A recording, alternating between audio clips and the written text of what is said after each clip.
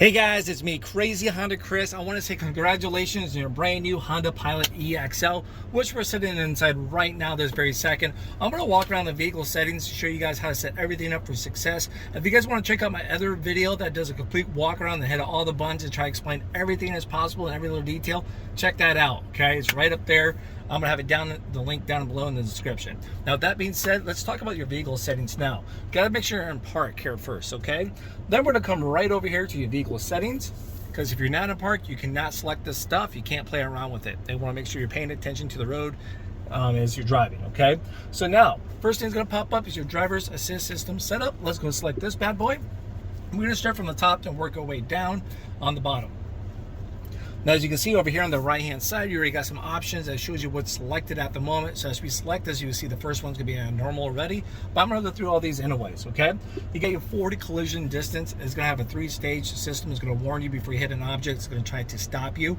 You can choose the distance, short, normal, long, when it's gonna warn you. Honda has it set to default at normal, so I'm gonna leave normal alone. You hit normal again if you want to, or just hit the back button from right there. Now it's saved, as you can see. Now we can have your ACC, Forward Vehicle Detection Beep, all right? I'm gonna assume you guys know what your adaptive cruise control is. So when you're driving down the road, it finds the car, you're already going 35, it slows you down because they're going 33. It's gonna beep at you as it slows you down to maintain that distance. And then it's gonna beep at you once they get out of the way, so you know why your car is speeding up. I'm gonna turn all these on, so when we go out for a test drive, people knows exactly how it's gonna sound, what's going on, okay? So I can explain all that to them. All right, so now we're done with that. We got your road departure. So your road departure is going to what keeps you on the road. You can change the sensitivity of this.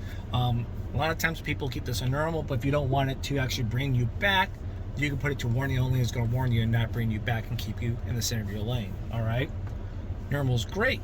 Now we're going to have your lane keep assist beep. So with your lane keep assist, when you go out of your lane, do you want it to beep at you?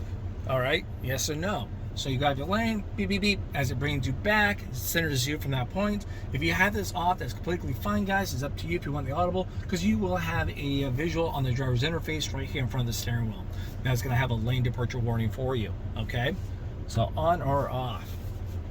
Next thing I'm gonna have is your blind spot information. As you can see this little photo right up here, hopefully, you see a little mirror there with a little orange indicator. So when someone's in your blind spot, it will come up orange. The only time it talks back to you is when you have your turning indicator on while someone's in your blind spot. And that's when it beeps at you. So it's not going to beep every time someone's in your blind spot. Just make sure you use your turning indicator so it will actually warn you, okay? Now, as we're going to scroll down, you get your traffic sign recognition. So this is going to be great because let's say you're driving down the road and it finds a speed limit sign like, boom, 25 miles an hour. It's going to throw it right up here in your driver's interface, up in the center, and then you'll have that there. So it's on or off. You want that little reminder as it finds it. Why not? Now, you're also going to have a feature when you actually warn you when you go over your speed limit. That's the next option.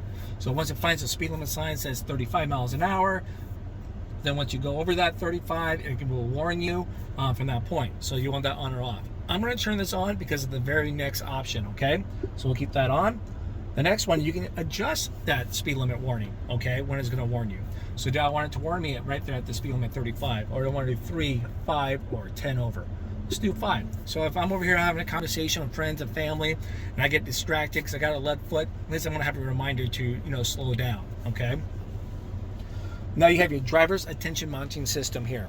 So with the driver's attention monitoring system, it's going to know the difference between you doing a really bad job of driving, you need to pull over and take a break, or with the wind blowing you around and stuff like that, okay? But if I need to pull over and take a break because my attention is pretty low, I'm assuming, as you guys would too as well, you want the car to do everything in its power to tell you, hey, pull over, take a break, just get a cup of coffee, take a nap or whatever, right? So I'm going to keep this on toggle and audible, so when I need to pull over, it's going to do everything in its power to help me pull over, okay? Now we have your rear sensors settings right here. So as you guys can read that, what I love about this, it gives you a whole summary so you guys don't have to memorize all this stuff. When you go back and play around with it, it's all right there, okay? So you can turn on or off your rear parking sensors.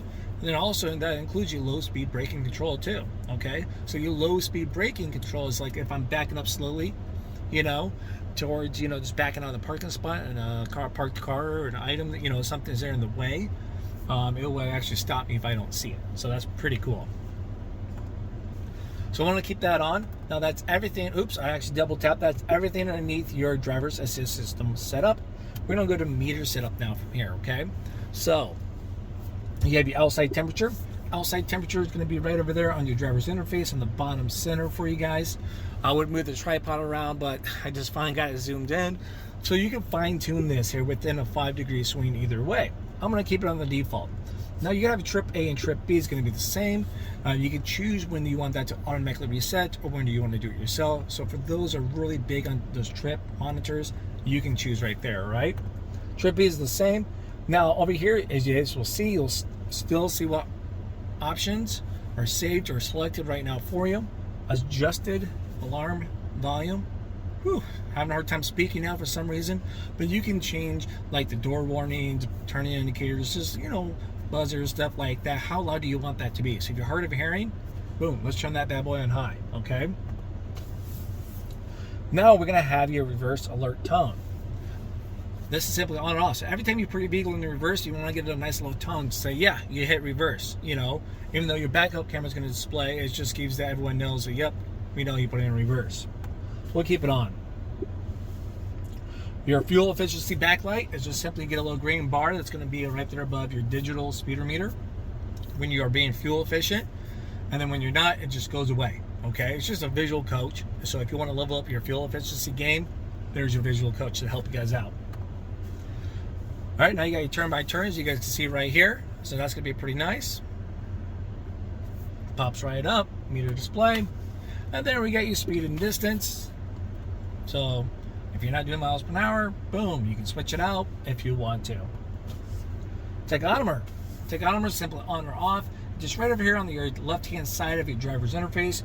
If you turn this off, it's just that tachometer will not always be displaying right up there, no matter what option you have on the left side of your driver's interface, okay?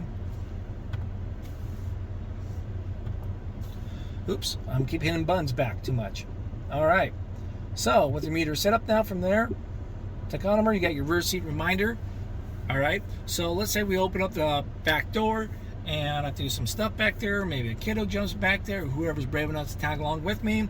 I shut up the car after getting where we're going, and then it's gonna have pop right up there as a rear seat reminder to say, hey, double check your back seat here. You know, you may have left something back there. So I don't want to forget stuff, so we'll keep that on, okay? Now that's everything under meter setup. We go to driver's position setup. You got your memory link. So on the back of your key fob, you're gonna have a key 1 and a key 2, okay? So that's gonna be great to save two-seat memory. I touched base about that within my walk-around video, okay? Now,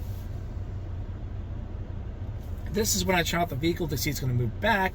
Then when I get in, I shut the door, turn on the vehicle, the seat's gonna just move forward. Just makes it easier, and you know, if you guys have a hard time getting in and out, or if any particular reason you don't like that feature, you can turn it off. This is where that's going to be at. So I'm going to keep it on. Now we're going to have keyless access setup. All right. So the first thing that's going to pop right up is door unlock mode. So this is when you have the key fob with you in your purse, your jacket, your pocket, wherever. You walk up here, you put your hand on the handle. The key is close, you know, with you. You want all doors to unlock or just the driver's side door?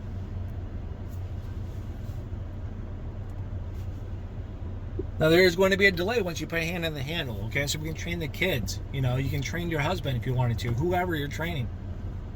When you put your hand on the handle, there's a delay. Just don't yank on the locked door handle. So when it's unlocked, do you want the lights to flash? Yes, we do. And when it locks up, do you want the lights to flash too as well? Now you're gonna have a little beep. You like it to beep at you? Yeah, I'll love it for the beep. I mean, let me know when it locks or unlocks. Remote start, if you ever want to turn that off, you can. We're here in Iowa. It's pretty cold today. We just got done moving a whole bunch of snow. So, but with the remote start, it's simple. All you do is hit lock, and then hold this button down here for a few seconds, and then you'll see that within my walk around videos, it's going to start right up, okay? But if you ever want to not use it, you have that option. Lockout protection. It prevents you from locking your key fob within the car. If it doesn't sense it as well, locates where the key remote's at, and it's afraid it's gonna lock it in there. It's gonna, you know, alert you. Okay, so I'm going to keep this on. I definitely encourage you guys to keep that on. All right, now that's everything in that keyless access setup. We're going to come right over to your lighting setup. Most people don't mess with this, but I just want to do the courtesy, go over this with you guys just in case. Okay, so your auto high beams, you want these on or off? So when you got your lights on auto, doesn't sense any cars coming around or any lights, you know, like you're on the dark highway, boom, those bad boys come right on. All right, that's kind of nice. Then you get interior lights. So this is your dimming time. So let's say you shut off the car, you shut the door, X amount of time, your interior lights will turn off. So 30 seconds is fine. Auto headlight timer. So once again, we shut the car, we shut the door, right? It's all locked up. We walk away. In 15 seconds, your headlights will turn off. So let's say if I get home late at night, it's not well lit area, you know, or maybe I get to work, you know, late, and I'm always parked in the way back because it's always packed, whatever the case is. I just need a little more light to see where I'm going because I don't park in the garage. Who knows what? You can change it. I just changed it 30 seconds from right there. All right. Then you have your auto light sensitivity. This is when you have your headlights on auto, when it automatically comes on and off from right there. So I'm just going to keep it on medium for you guys, but if you want to come on a little sooner, you can adjust that or come on a little later. This is always going to be on. I want to encourage you guys to keep this on, so when your light's on auto and you turn on your wipers, automatically your headlights come on. So when it rains, stuff like that, snows, when you're normally actually just turn on your headlights anyways, it'll just come right on for you guys. All right. All right, now we have door and window setup. You guys are doing pretty awesome. Here we go. You got a door, auto door lock.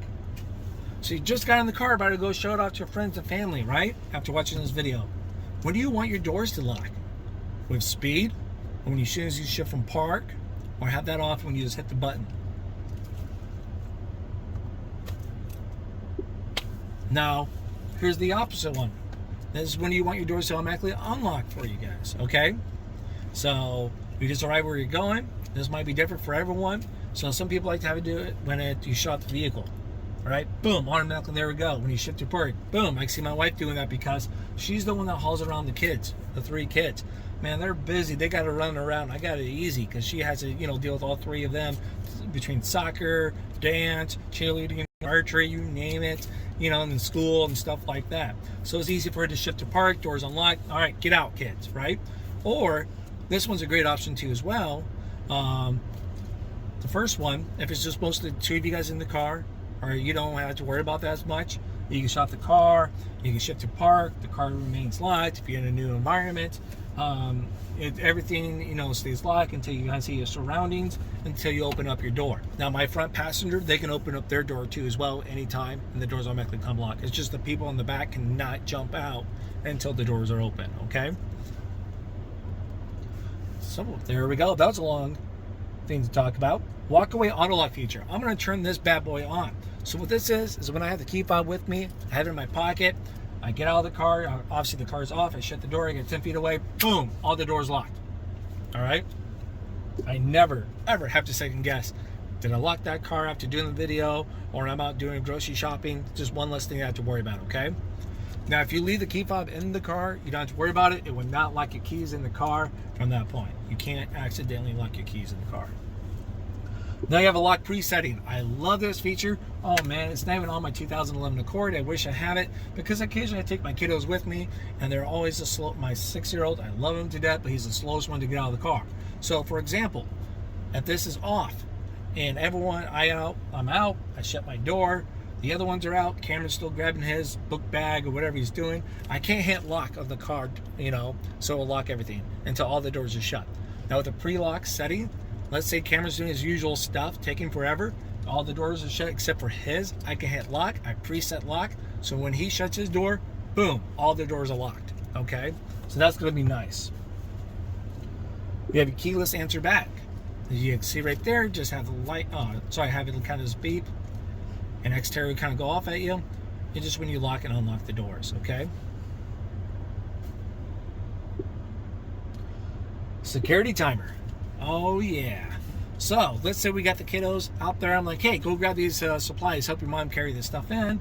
Or maybe she's telling me to go get something. And the car, you hit unlock, got 30 seconds to open up a door. If I don't open up any of these doors in 30 seconds, all the doors automatically relock from right there, okay?